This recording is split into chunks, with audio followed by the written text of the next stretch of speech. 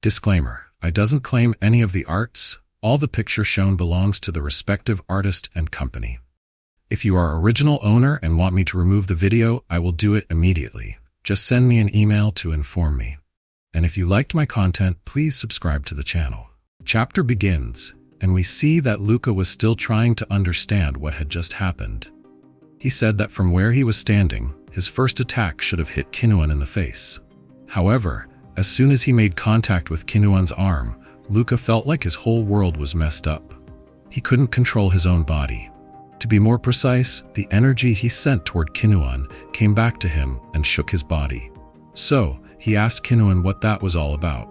KINUAN explained that it was his way of defending himself. Luca wondered if he could learn it too. But then, Luca was surprised because his hand was shaking. KINUAN asked him if he still wanted to learn it, even after seeing how it affected him. Blood started flowing, and KINUAN said that shortcuts always come with a cost.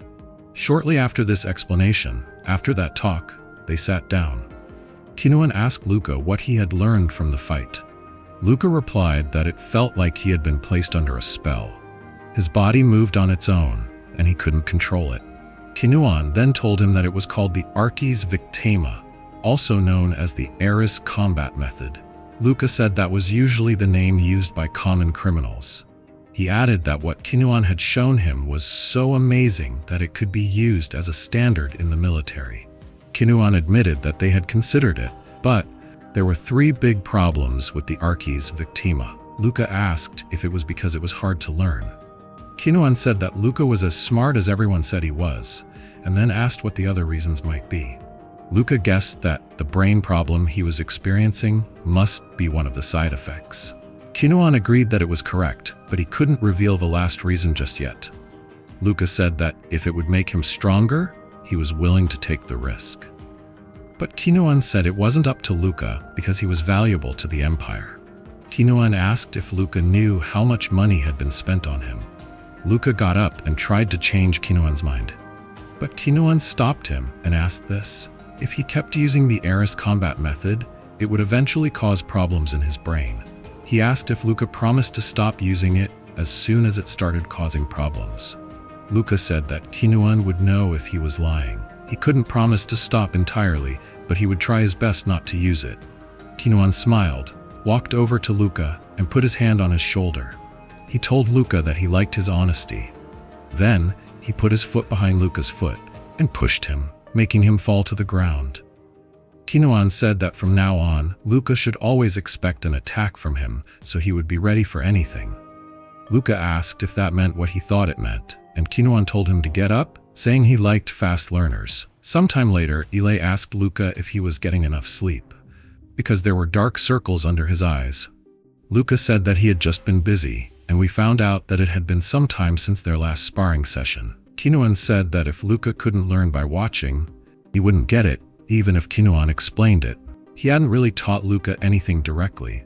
He just wanted him to watch and learn on his own. The Eris combat method was very different from what Luca had learned before. Most combat methods focused on learning one specific skill and improving it. But the Eris combat method tried to make the best use of the skills someone already had. It was like a smart computer program that used all the weapons in a person's arsenal to create the most effective fighting method in a matter of seconds.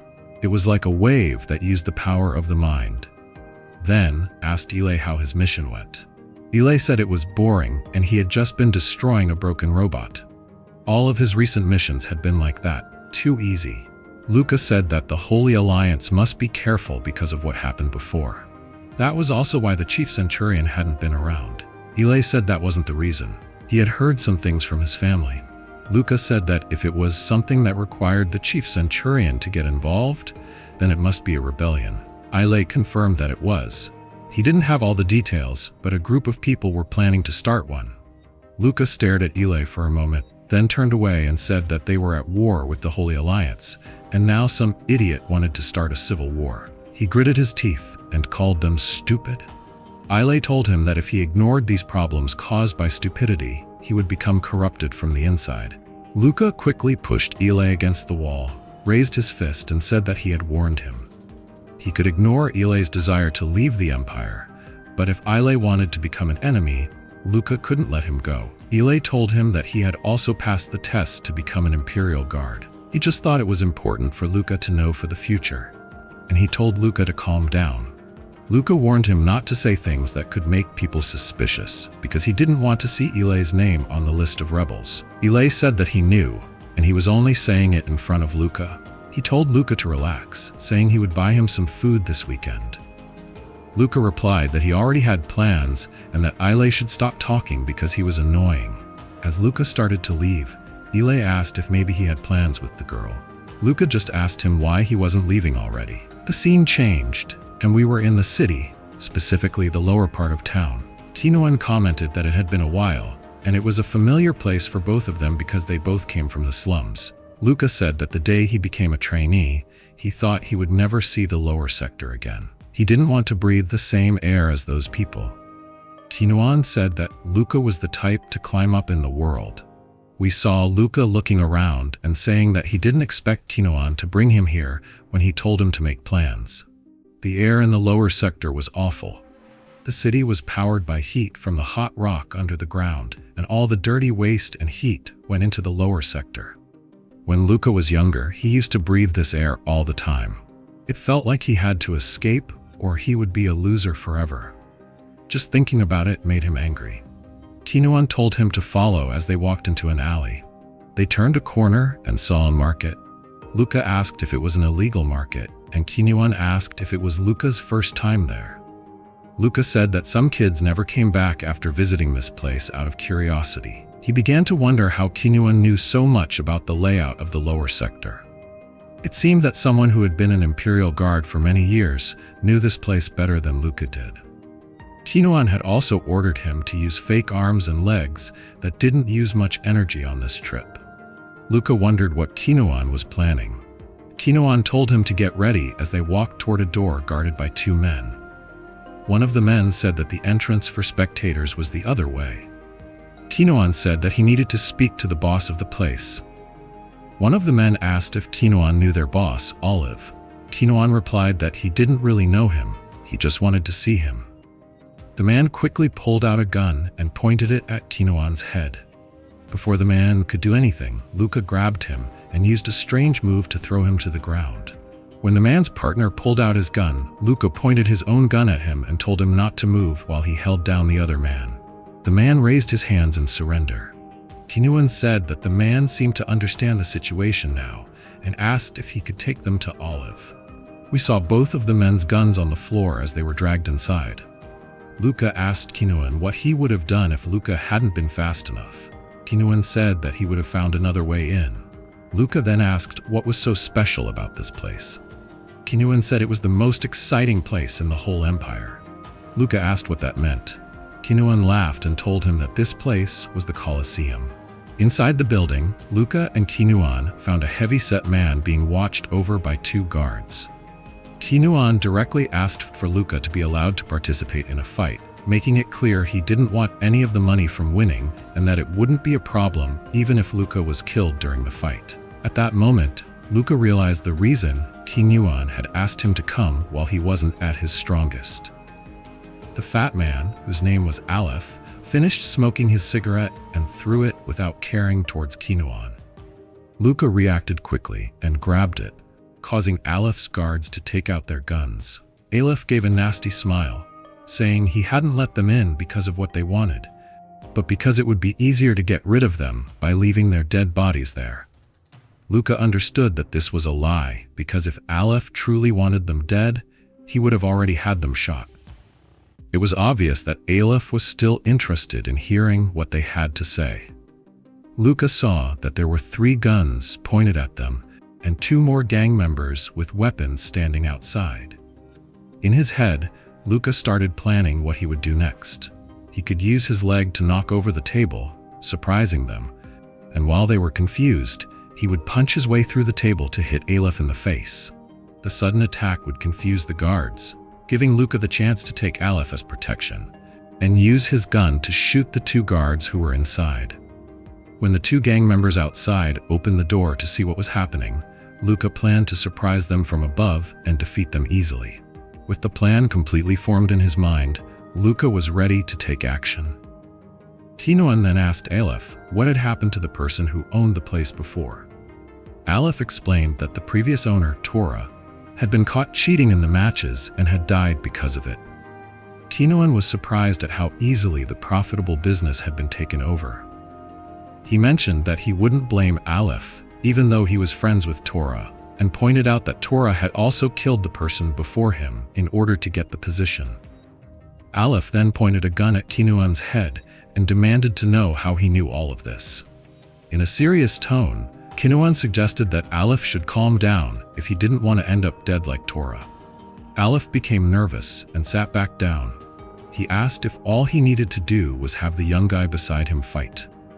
Using his special glasses, Aleph observed that Luca didn't have any fighting tools on his arms and legs and that his body was still made of natural materials. He figured that Luca would be easily defeated in an instant. Aleph then confirmed that he could put Luca into a match and asked what KINUAN could give him in return. KINUAN asked if Aleph still had Tora's eyes and told him that he knew where to find his safe. Aleph asked who KINUAN really was to know all of these things.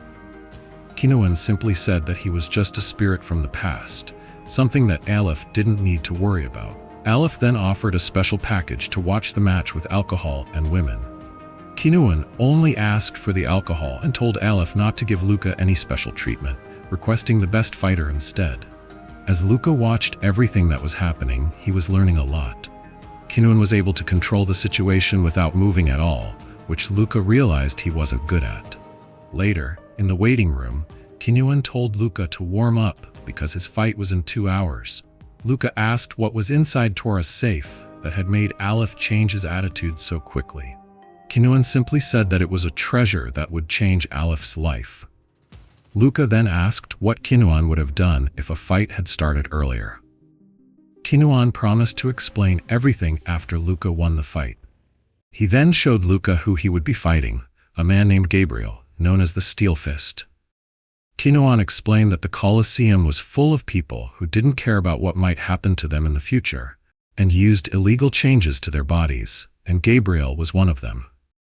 KINUAN thought that Luca would die from just one hit in his current condition, but he reminded Luca of the basic ideas of the Ari fighting style. Luca asked what that was, and KINUAN told him to be happy with what he already had. Luca answered that he had learned that being happy with what you have means losing. KINUAN then explained that water doesn't disappear, it just changes shape. He believed that Luca had a lot of potential, especially since he had seen Luca stop a bullet without using a device to predict where it would go. He was surprised when Luca asked him to teach him. KINUAN said that Luca had come to the right person, and that he had the right talent. Luca said humbly that the instructor was giving him too much praise. KINUAN then said that he might be saying all of this because it could be the last time he saw him. Luca couldn't help but look worried and anxious. 2 hours later, Luca was standing near the ring and was introduced as the boy who was brave enough to challenge the Steel Fist in his first fight. Because he was still a kid, his nickname was Good Boy. Luca thought the nickname was silly. One person in the audience angrily asked who had allowed a child to fight. Other people wondered if Luca had come to kill himself, while some were excited to see a one-sided destruction and a lot of blood. Luca knew that people had a bad desire to see other people's pain and suffering, and that was what was pushing him into the ring. He thought that the audience wanted to see him completely destroyed, his arms and legs torn off, and his face ruined, but he didn't mind. In fact, it was good. As Luca stepped into the ring, he felt like he was in a familiar place, as if he was at home. He took off his hoodie and gave a serious smile. He wondered how the people living in the slums were doing. And with that, this chapter ends. Thank you for watching this video until the end. Support this channel by liking this video and subscribing the channel. And if you want me to recap another manhwa or manga, write its name on comment section. And if you want to know what happened in previous chapter, you can watch them in this YouTube channel.